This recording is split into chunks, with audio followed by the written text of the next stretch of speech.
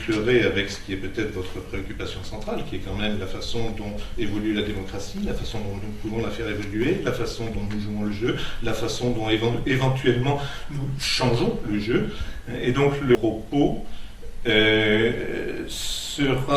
portera sur les relations entre acteurs, systèmes et environnement. C'est-à-dire que on nous le dit depuis ce matin, on le savait déjà un peu, mais on le sait encore plus ce soir, notre environnement général, technique, économique, social, culturel, etc., est chahuté de tous les côtés, en partie du fait de ces évolutions technologiques, en partie du fait des réseaux sur lesquels elle s'appuie.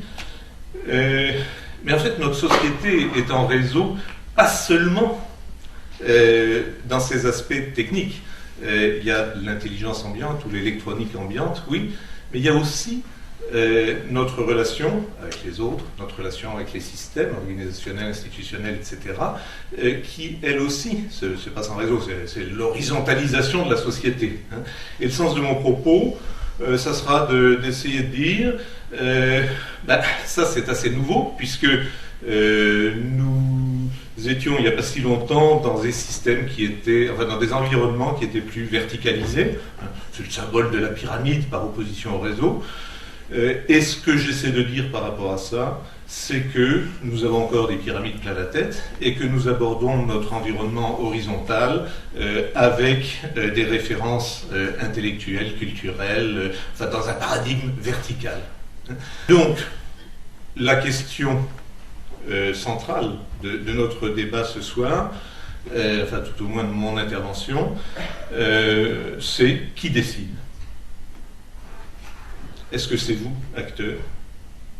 Est-ce que c'est tous ces systèmes dont on nous a dit toute la journée que de toutes sortes de façons ils essaient de décider à notre place à bien des titres? Joël de Ronet disait ce matin, il faut une co-régulation citoyenne participative. Absolument. J'essaie de sensibiliser le public, alors prenons les étudiants par exemple, au fait qu'ils ont, eux, une responsabilité importante sur leur propre destin. Et que ce destin n'est pas seulement leur destin individuel.